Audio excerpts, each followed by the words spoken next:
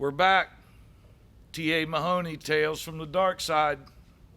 I got one of my weirdo buddies with me. He's a little bit, he's not like a Tangles. I'm not going to say that, or he's I not. appreciate that. Yeah, he's a step up from that. I can actually be seen in public with him. We got Captain Mike Anderson. Thanks, Mike, for coming out today. I appreciate you, buddy. I've been looking forward to this. We're going to have a good time. Yes, We're we going are. to talk stories. I want to start it off, Mike, when you came to West Central Florida. What brought you here? I got stationed at MacDill Air Force Base January 1st. I actually arrived here January 1st, 1990. Wow. So the military brought me here. Some history. A little bit, yeah. Yep. That's coming up, 30 years? Yeah, well, we're just, this would be the 30th year, right? Yeah. My wife likes to say, I've lived here longer than I haven't. So.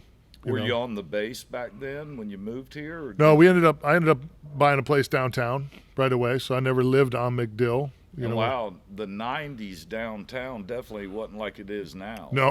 No, actually, in the first place we bought, we rented a place in Town and Country, and then eventually, shortly after that, about 9-10 months later, we moved out to Brandon. And that's where you've been ever since. Yep. Now, did you fish right off the rip when you got here? You know what? I did not fish. I wouldn't say I fished right off the rip. It's kind of a sad deal because even when I spent my first 3.5 years in the military stationed in Europe. Right. And one of my biggest regrets from my entire military service is the fact that I never touched a rod and reel the entire time I was in Europe. We were close to the Mosel River. Fishing is very popular in Europe, actually. Right. And I never, I was young. I was on the varsity basketball team. I was traveling all over Europe. I was drinking beer. I was chasing girls. I just didn't have time. Yeah, I didn't really put the fishing thing back into my world. That really started when I met my wife here. When Beth and I got together, she's a beach bunny. She liked to go to Fort DeSoto Beach and lay on the beach. And I'm not a big lay on the beach person. Right. Avoid the sun. Well, I don't want to even avoid the sun. I love to play softball and be out in the sun. I worked out in the sun. It's not a big deal. It's not laying there. But I don't want to just lay there and bake. But she liked to just lay and read books. So I was like, there's fish here. And that's really how I started fishing here. Was she wanted to go to the beach on Saturdays or Sundays, and we'd go down and I would wade fish around Fort DeSoto, and that's how how I got the bug. Yeah, that's how the bug started for me. Catch a couple snook and a couple redfish, and you're done. I will never forget the day that I was in Bunces Pass. We were at the picnic area there, and I was out fishing. It was a great area to catch speckled trout. Oh yeah. You could take shrimp under a cork, and you could catch nice speckled trout one after another. And I'll never forget. I make this great long cast, and I look down, and I immediately go to get out of the water because I think there's two sharks coming right at my feet. And just about the time I turned my head to bail, I went, "You're an idiot." And I turned back around, and they were two giant cobia. Wow. Right. Yeah. And I had made that long cast, so my bait was way out away from me. And I had You aren't the only one, I can tell you that. screwed that Plenty up. of people. I've been on a boat where somebody actually pulled a bait away from one. thinking it was saying, a shark. "Oh, it's a shark," and the guy behind him throws in. It's like a 62-pound cobia. Right. So Yeah. there's they'll catch you off guard. That's No for doubt. sure. So started fishing, moved over in the Brandon area. How long have you been a guide? 20 years. July of this year was my 20th year. And in 20 years, when you think back, and of course I've been here every bit of that. There's a lot of people that come and go, and there's a lot of people that grow, but they grow slow. It seems to me in 20 years you really took off. When you first started guiding, you had another business, right? You had maybe a couple businesses guiding on the side, and then full bore into guiding. You got it, you liked it. The guide thing just kind of took over my existence. The radio show came about, and then there was initially talks of a TV show, and I knew at about that time that my partners in my aluminum business weren't going to be real happy with me being gone quite that much. Even more. Yeah, and then I had really gotten to the point, and I'm sure a lot of listeners, your listeners will understand this, I really got tired of employees, and I got tired of dealing with the counties, with all the stuff you have to deal with in permitting and licensing and all that stuff. Luckily, I had two great partners in the aluminum business, and I was literally able to walk in there and go, hey, I'm going to be here, and I'm gonna still be the licensed part of this and still be a partner on the books, but I'm going fishing. So you don't have to pay me the same check every week. I'm just out of here. I'm going to go work on this. And, I'm still a part of this aluminum thing. It's still open today. And one of the guys, Riley Wagner from school. Riley's been doing aluminum for a long time. Does a good job. So, that whole thing was going on. The funny part about the whole real animals, the interesting part to me is that I tell people all the time, it was never a thought.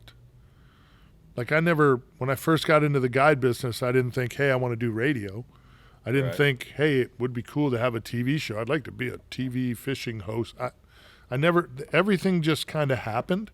You know what I mean? The only thing, and I think about this all the time, I think about it quite a bit when I pull in this parking lot here at Mahoney Company, which if you're a guide here in Tampa, you have to do quite often.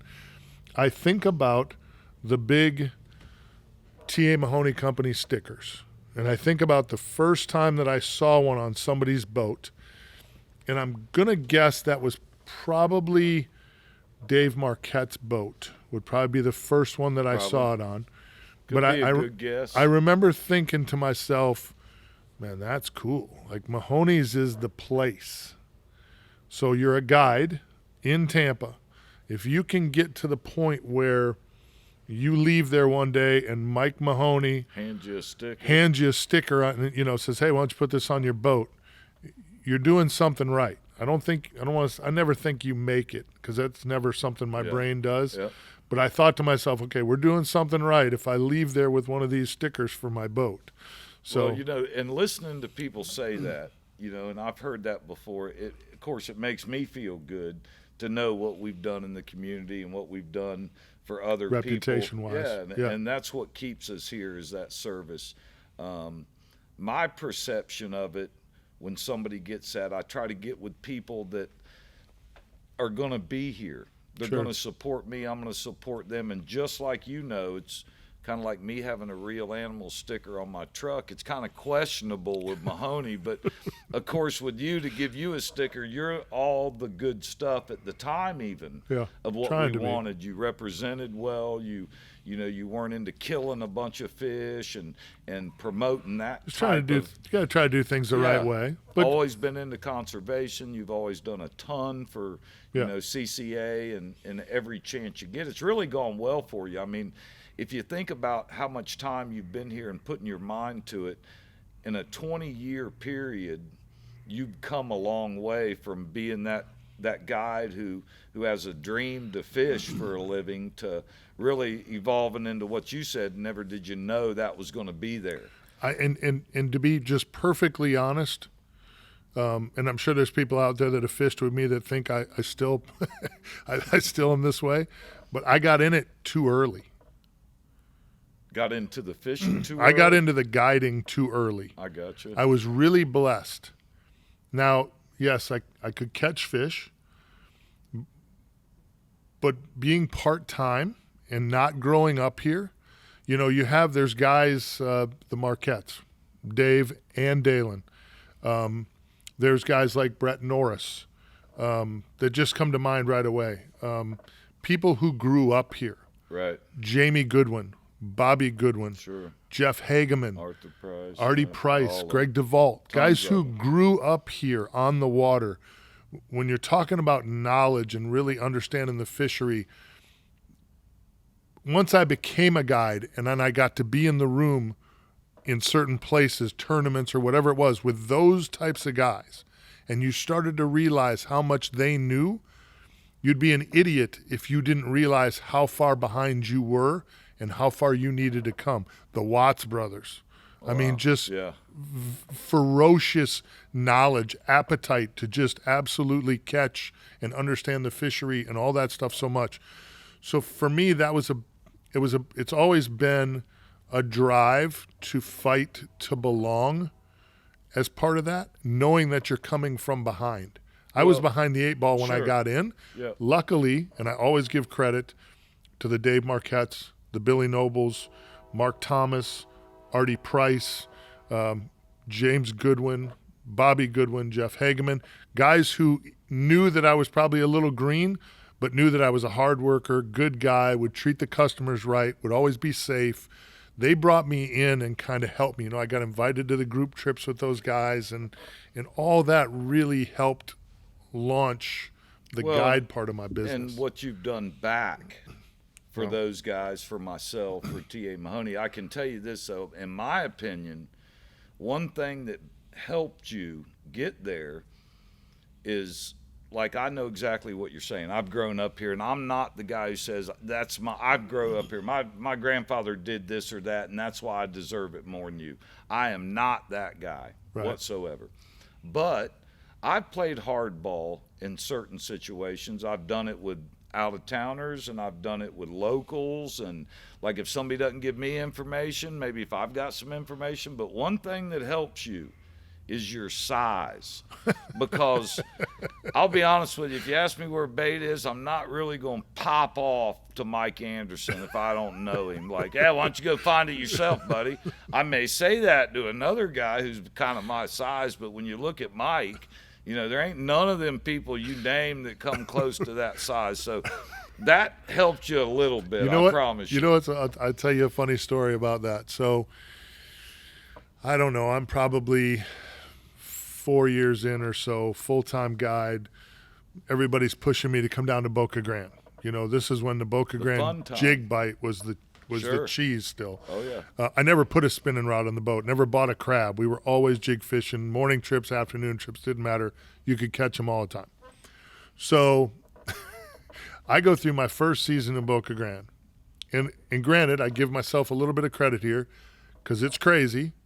And I knew going in that I wasn't going to be the guy that just showed up in Boca Grande Pass and put my nose right in the middle of the fleet, acting like I knew what was going on. Sure. I know enough to catch them, and I could catch my customers enough fish just staying on the outside of the fleet, not booger. You know, every now and then I'd screw something up, and figuring that out. Somebody'd come by me, and say, "Hey, don't do that." I'm like, "Okay, cool, I got it. I appreciate you. Thank you." Dave said that more than Dave. most. I might have heard it from Dave Marquette. Yeah, he's a good teacher. And some other guys. He was a little yelly back then. He's better now. He's a kinder, gentler Dave. But it's funny. So I go through the first season, and I get home, and Captain Bobby McGuire calls me. You know, like 3 weeks after the season, and he's like, "Hey, dude. So how was it, man? Your first full season down in Boca Grande, you know, the condo, the everyday, how was it?" And I'm like, "You know, Bobby, I got to tell you, I mean, I heard all these stories, all these butt whoopings and people yelling and screaming and throwing stuff." I'm like, "That's just not how it was. Everybody was so nice."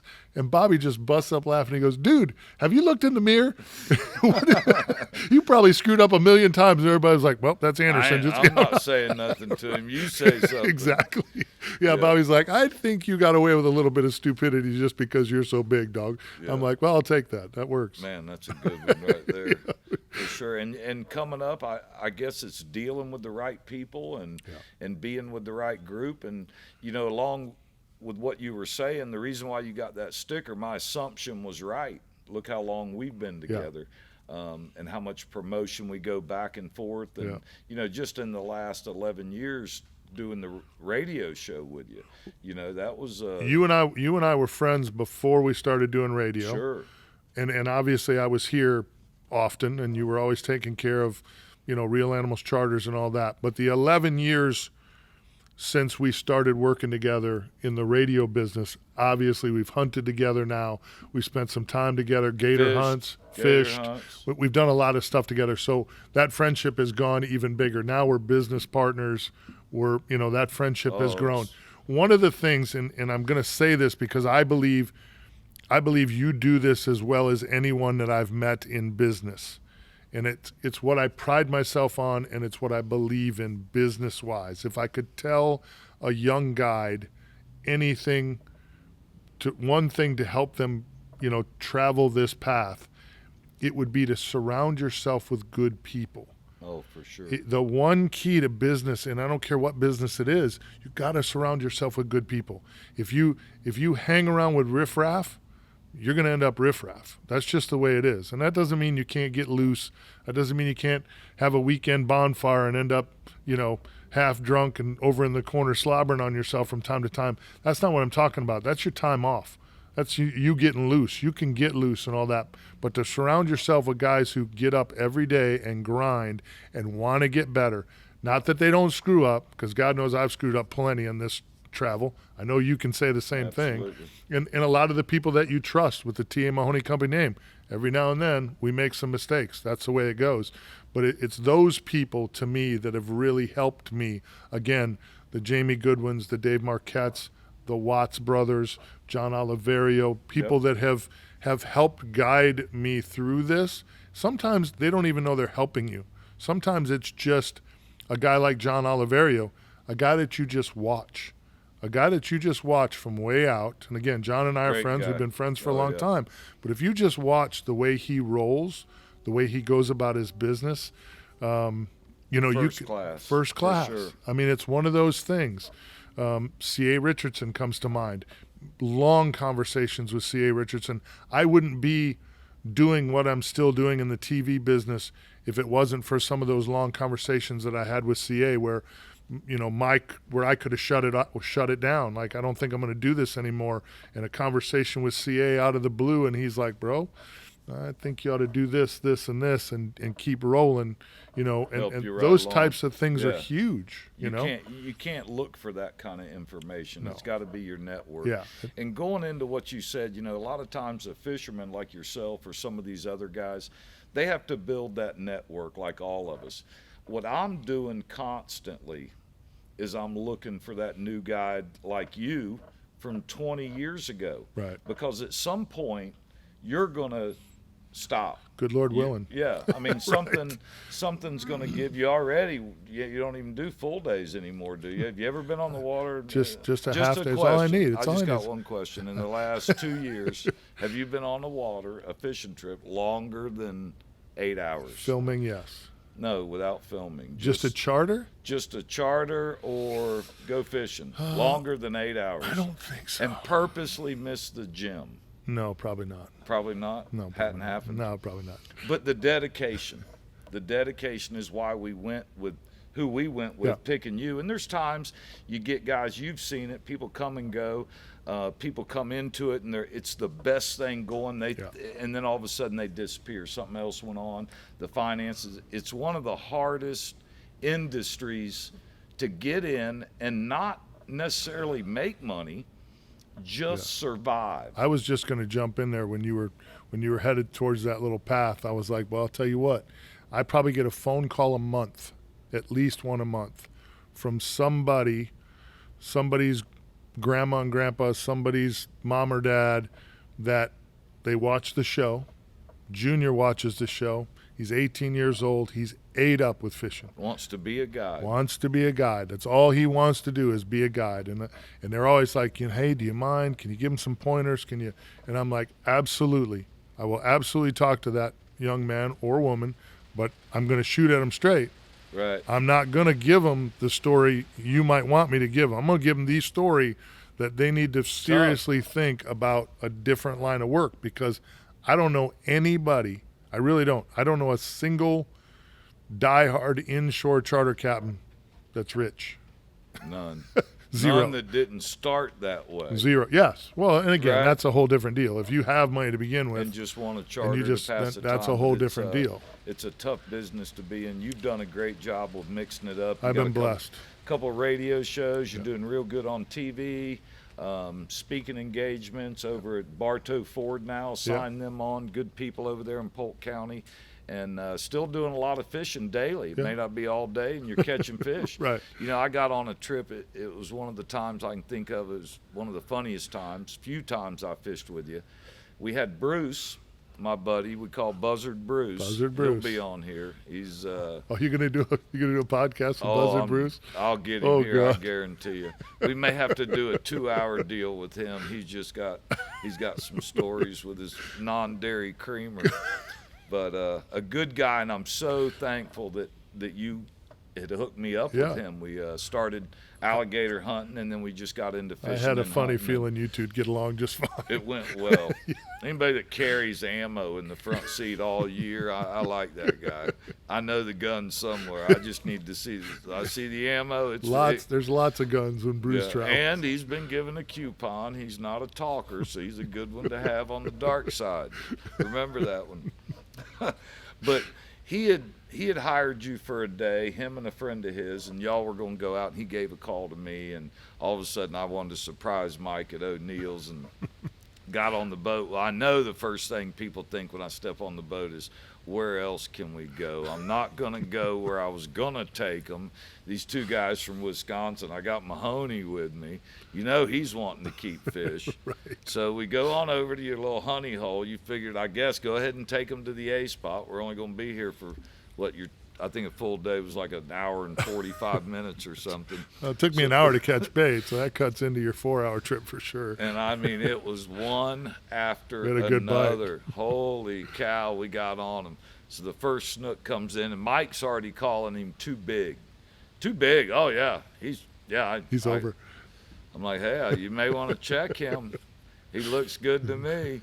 So we check him, and he's an half inch shy of being oversized, so he's a slot. So Mike looks like a wounded kitten and asks me, what do you want me to do with it? And I'm pointing to the live well, so off it goes. And we end up catching, I think we caught another one. There was 3 of us and you. Yeah. So we were at number 3 in the fish box. And I think, to be honest with you, I took one and they took one. We only kept 2 that day. We only kept 2 snook, but I think we got all 3 of your redfish too. Yeah, we ate good. Yeah, we ate good. We ate good. Yeah. So we're on snook number 3, and Mike's like, well, if you keep 3, that's all y'all can keep. And I go, no, that's not the limit. There's 4 of us on the boat. You're allowed 1 per person. And I'm just saying this kind of get him riled up. He's already worried that we've taken every snook out, and I'll be there the next day harvesting them with a gill net, mile of gill net or something. So I go, hey, Mike, these guys got their license, and I got my license. So this could be like the friendship trip. We could keep a 4th. And, of course, we didn't. I was just giving him a hard time. And we took that 3rd one. I don't know if you remember or not. We were legally allowed to have 3. You took the 3rd one, and I remember we released that one away from the spot to keep it away from that porpoise. And we weren't going to let a snook. It was kind of – I never seen that before. We're in, 3 foot of water, and we let a snook go. You knew it. You said, well – we let this one go, and it was a small one, and boom, he went right over there and ate the snook. So the last keeper snook that we had that was legal, we could have kept it. We ran around the corner, released it, got away from that porpoise. Do you remember, too, as I came around the corner looking at that spot, I was bummed because there was a boat sitting there. Remember? And as we drove up, we got close, I'm like, oh, he's in the wrong spot on this tide. Yeah. And we pulled in there, and it was another charter captain, and his poor people had to sit there and just front row seats. They had to watch us heart punch them. And you know what? As bad as you don't want to do that, that is kind of a good, when you put it on them and I'm like, somebody's over there watching you. I remember that was a guy on the bank that recognized you from TV, was yelling at you. Yeah. And he walked on out and started fishing. But super good times, Mike. We got some more stories coming up. We're going to take a little break. All right. We've been going a little bit. We're going to talk Sasquatch on the next segment. The real deal. We'll be right back.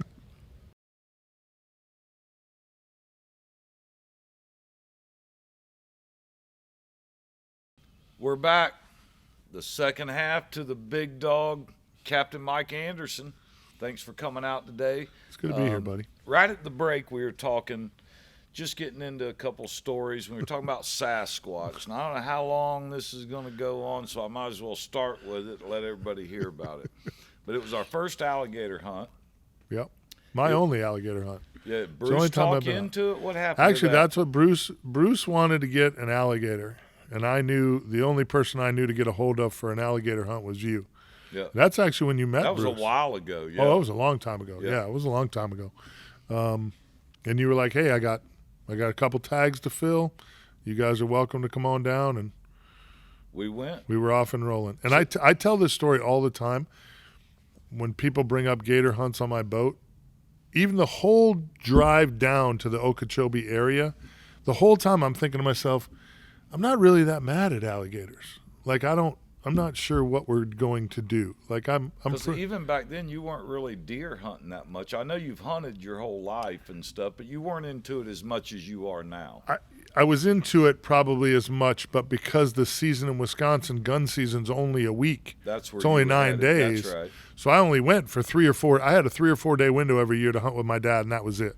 Once he passed away, then I got with Ben Marshall and started this lease thing, and now I get to hunt for several months. It's amazing. I've been out, Alabama to hunt with you. So anyway, we're driving down there, and the whole time I'm thinking, I'm not really mad at alligators. But Bruce wants to go do it. I got a cooler full of beer. Whatever. We'll go do it. Why not? I live in Florida. I like to hunt and I like to fish. We ought to go see what this alligator thing's all about. The very second that you lit that Q-beam up in the Rim Canal at Okeechobee, it looked like they lit the Christmas tree at Times Square. Seriously. Mailbox reflectors everywhere. Looked like a neighborhood. There was eyeballs everywhere. And I immediately relaxed. I immediately thought to myself, well, we've only got 2 tags. We are not going to hurt the population of alligators with these 2 tags. And that's the greatest thing about doing that hunt that the state of Florida does. They survey all that. Yeah. So in management, we both know with fish and deer sure. that it works. Yeah. There's no doubt that it works. So alligators are the same way. We went out. It was an exciting time. That was a dandy. That one you hooked. Alligators are just like any other fish or animal or whatever else. Every one is different. And I remember I haven't had too many that do that, but the one you hooked completely cleared the water. Tail walking. It was crazy. But now you got to set the stage. We need to set the stage. Let's hear it. You say it. Yeah, we got to set the stage for this side. correctly. Because I tell this story quite often when I'm on the water with guys who bring it up. So this is really how it all happened. So we're throwing a weighted treble hook on basically tarpon tackle. Okay, you see which direction the alligator is headed, and you try to throw the hook on the other side of the alligator, reel up, get a hook in him to get him drug over to the boat. So, and in my brain, I'm thinking to myself, Bruce Felker, walleye fisherman, your attorney buddy, I'm a better caster for sure than 2 people on this boat, guaranteed. Yep. And I fish quite a bit, so I can probably cast with Mahoney somewhat. So I'm like, all right. So what happens is Mahoney hooks the first one from the tower. And when he hooks it, he hands the rod to his attorney buddy, and he climbs down. And I'm kind of watching this whole thing. I'm kind of staying out of the way. Mahoney gets it to the side of the boat and does his boat stuff and bang sticking and all this craziness. And he gets this alligator by the yap with his hands, and he's got his face up on the side of the boat like this. And he goes, has anybody seen the electrical tape? And, of course, I'm standing back because now we have an 8-foot alligator, 8.5-foot alligator at the side of the boat who's not happy that he's caught. Like, he's grumpy. He's snapping and throwing his tail. He's a little pissy. So Mahoney says, hey, does anybody know where the electrical tape is? And I look down. I'm like, yeah, it's right there. And he looks at me like, hey, dumbass, could you hand it to me? Because my hands are a little full. So I pick it up and go to hand it to him. He's like, you got to tape his eyes. I'm like, His feet are where the tower is, and his hands were on the front deck. He wanted to get nowhere near. I didn't either. I was like, you son of a bitch. I'm holding him, just taping. Yeah. So now I'm taping an 8.5-foot alligator's eyeballs. As he looks at you. Which was not a great experience. But I will tell you what that experience did for me. I knew for sure that the guy holding the rod didn't have to be anywhere near the alligator. I was hooking that next one. I'm next. I got really accurate after that. Accurate quick. Well, and you get a little bit of help because I was up in a tower. Mm-hmm. I can see just like on the water. When you're fishing, you can see the fish a little bit better than the guy down below. So I got the spotlight kind of leading. It was and, helping. Yeah. Yeah, you hooked the next one. And Let's hear that one. Well, I mean, and that was the whole fight. All that was cool. The thing I liked about that one the best was, again, I didn't have to be anywhere. It was over too after that one. Yeah, wasn't it? yeah, That we were was done. A good feeling. Well, and we were done early.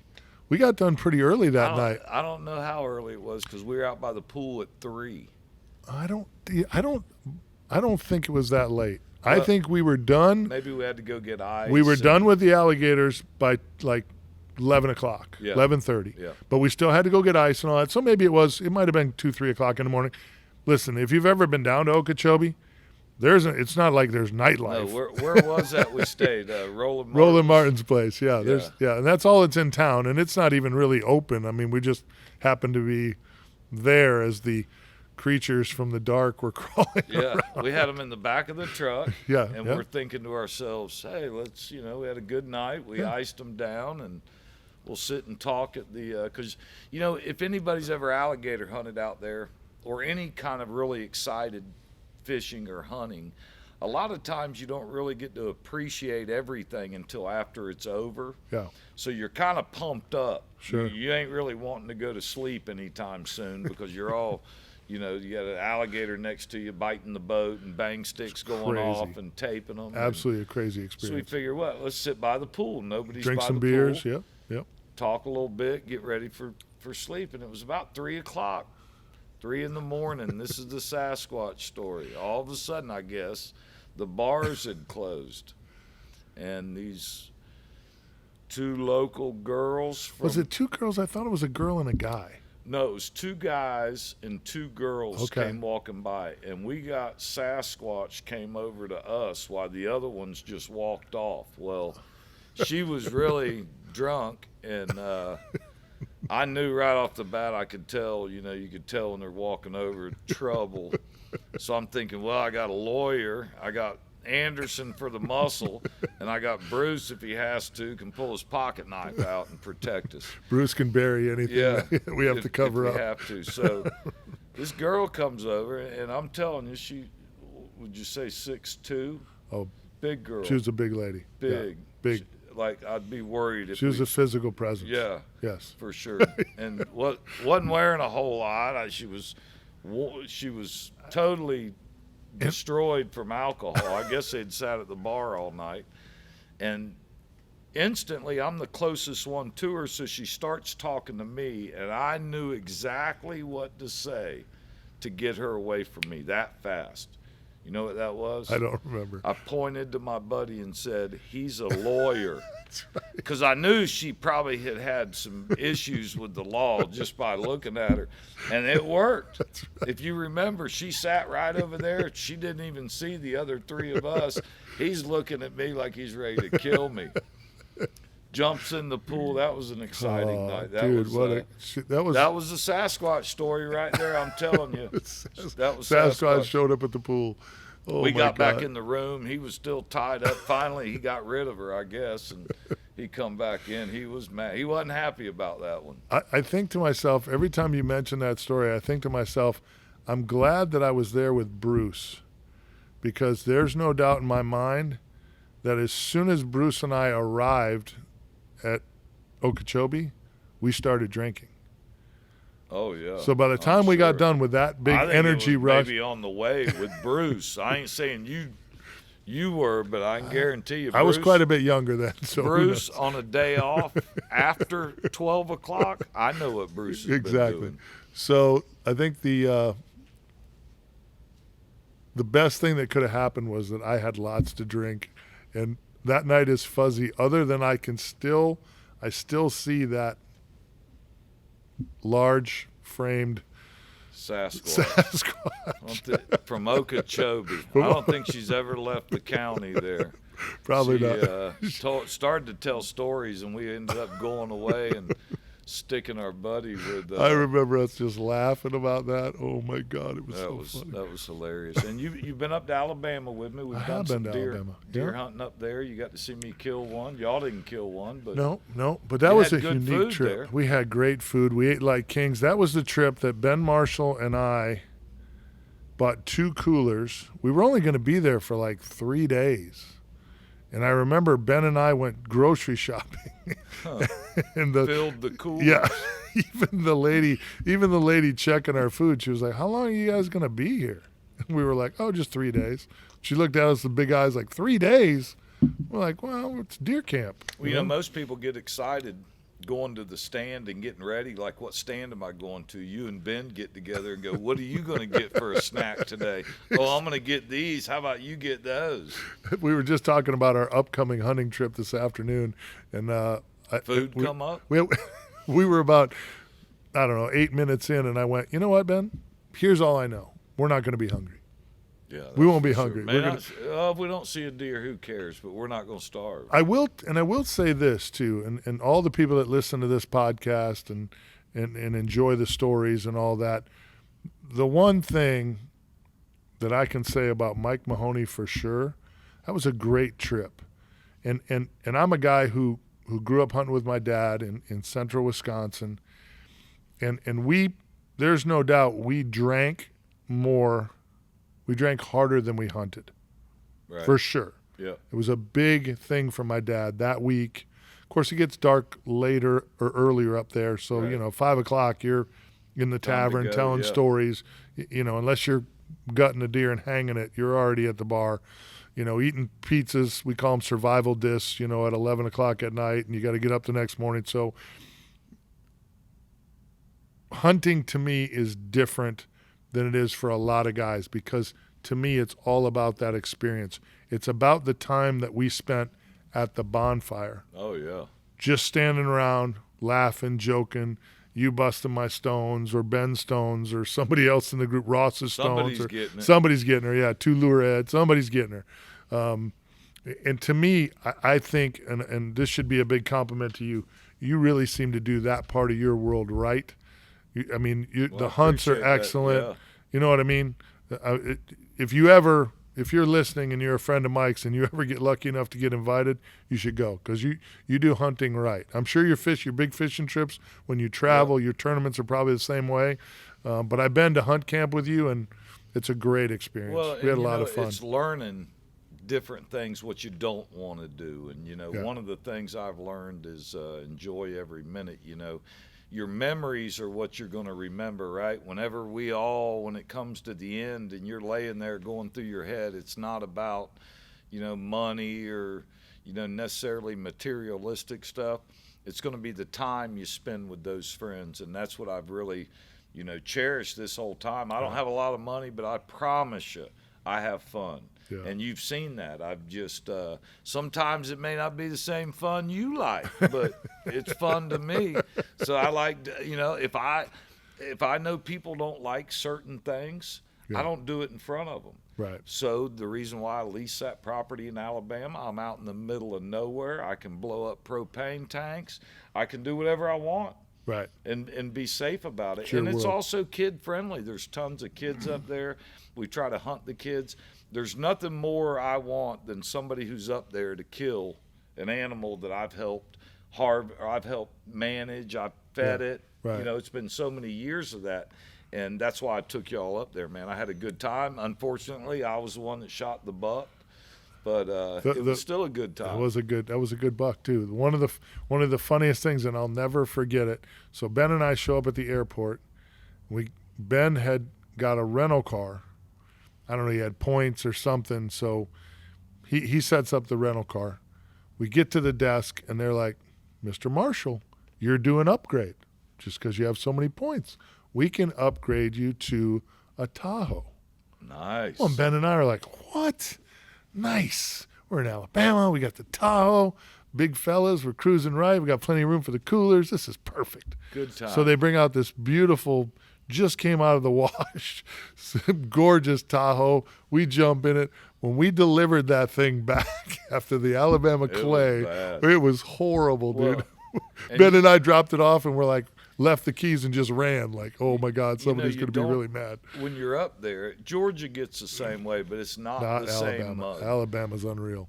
We have to go. You're actually driving over a mile down that dirt road. So if it's rained any time in the last few days, it's going to be covered. Yeah, it's bad. By the time you get to camp. Yeah. I mean, I drive in there with my truck, park it, and I use a Ranger side by side the whole time, and my truck is still covered with it, just going in and out of there. It's a neat piece. And one thing that, just talking about hunt camp, my dad and I used to sit at those taverns, little bitty one-room taverns in the middle of, northern Wisconsin woods, and we would just be sipping on a drink, and at some point on every hunt, it would dawn on me that there's just so much more to hunting than the kill. Oh, there really sure. is. There's so much more to it. There's so much, the experience of sitting in a tree as the sun comes up, as the woods come alive. You get in that tree 30 minutes before the sun comes up, and it's eerily quiet. Nothing's going on. There's no sounds. Once you settle in, it's deadly quiet. And just as that sun starts to come up and the birds start to chirp, alive. Chipmunks and squirrels and, armadillos, and I've seen bobcats. I've seen so many things. I've seen foxes. I've seen so many cool things just sitting in my tree stand. That had nothing to do with killing. It doesn't have anything to do with it. And it's funny because even my wife, Beth, has said many times, because it's never been an issue for me to go to the woods. And I asked her several years back, I'm like, babe, you never say a word. It's hunting. And she said, in her words, she was like, I don't know what it is, but you come back just tweaked right.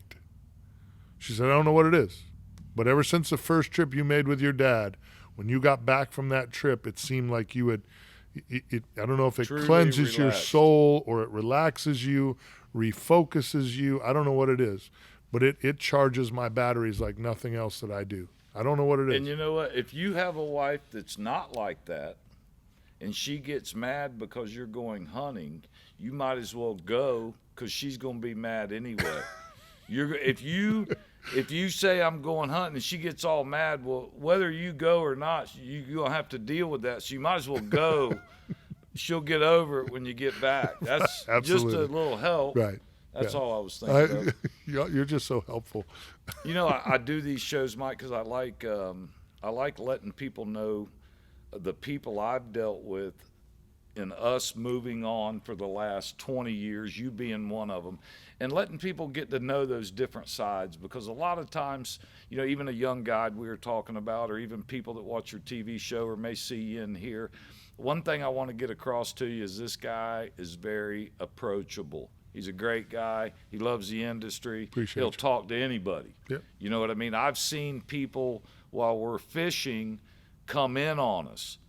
And I kind of, I'm waiting for this. What's Mike going to say? I know what I do, but what's this animal do? And, Mike waves to him. The guy says something about the TV show. Very respectful. Hey, we can go somewhere else. Been around you a long time. Not even ever done anything questionable that I've thought about. Maybe that's the balance for me. I could go off road real quick.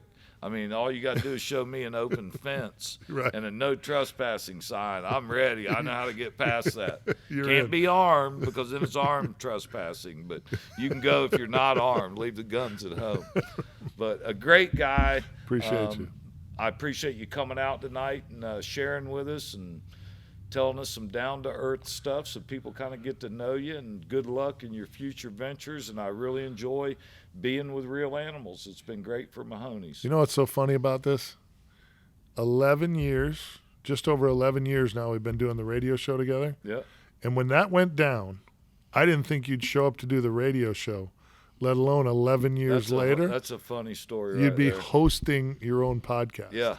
And I'm doing it for all of us. I'm doing it. Yeah, as for much, sure. Yeah. The funny thing was, Mike used to ask me to come in on the show all the time when him and You Billy. bet. The listeners should know, Real Animals Sunday, the Sunday show, Mike Mahoney, T.A. Mahoney Company, your dad, your cousin, Matt Stafford, Brett Stafford, all the great people that work here, you guys have sponsored us from day one. For sure. You've been the title. And how long is that? 20, almost 20 years. Yeah, almost 20 years on his radio show. But him and Billy would call me up and be like, hey, Mike, you want to come on Sunday? And I'm like, yeah, I'll come on. That sounds great, man. Never showed up. I mean, never. Not once. The alarm goes off, and you're like, Never sleep once. Or go in and do a radio show. I'm sleeping. Never once showed up. You know what? So the funny part about that is Noble set that deal up. Billy set that deal up originally. So we were making a move coming back to 620. It was right after, if you want to know, it was 08 and 09 when things crashed. It was, yeah. It was. We were coming back. Something different. We were all trying to do. We were coming back to DAE, and we needed you to be on board and in. And again, we had just gone through a couple of tough years. So I told Billy, I said, well, you gotta go talk to Mahoney. If we're gonna make this thing work, we gotta have Mahoney's support, blah, blah, blah. So Billy's like, all right, I'll go talk to him. And he called me on the phone. He goes, hey, dude, Mahoney said, yeah, they're in, no problem, but he wants to host the show with us. And I went, what? Well, the guy who never would show up to be a guest is now going to host every week? I said, you know what, Billy? Here's what you do. You tell him, sure, no problem. It doesn't matter anyway because he'll never show up. But you haven't missed. Well, unless you've been gone hunting, you haven't missed. One day I was less than 15 minutes late. And I don't remember, it was probably my fault that one day, whatever it was. 11 years I've been 15 minutes late one time. So it's pretty impressive. Yeah, it was pretty and fun. now you're hosting a podcast. Well, for yeah, God's it's sake. just something different, back the evolution of Mike Mahoney. Well, and I'll tell you about Anderson here. When they asked me about that radio show back in, I think it was 09 or something, we had stopped advertising in 08 when the crash happened. Everybody was affected by it. Basically, everybody around was 25% down. I mean, there may have been people that wasn't, but most businesses, 25%. It was a bad crash. Yeah, it was a bad crash. So the first thing I cut no employees' benefits. I cut no pay. I cut no hours. I cut the stuff that wouldn't affect my employees. The first thing was advertising. Completely cut it out. I'm not paying for advertising. I'm regrouping what I got. I'll come back with another attack. I think it was 2 years. Mike and Billy continued on the radio, never sent me a bill, and had my name on that show the whole time, which showed commitment to me right there. I mean, there's no money involved. They're still running my ads, and it's been a great relationship. And I appreciate the opportunity. Well, that's how that's just the way. You were the guy to us that was like, listen, all that matters to me right now, and you came to us rather upset about it. Like, hey, I don't like to do this to you guys, but I don't have any choice.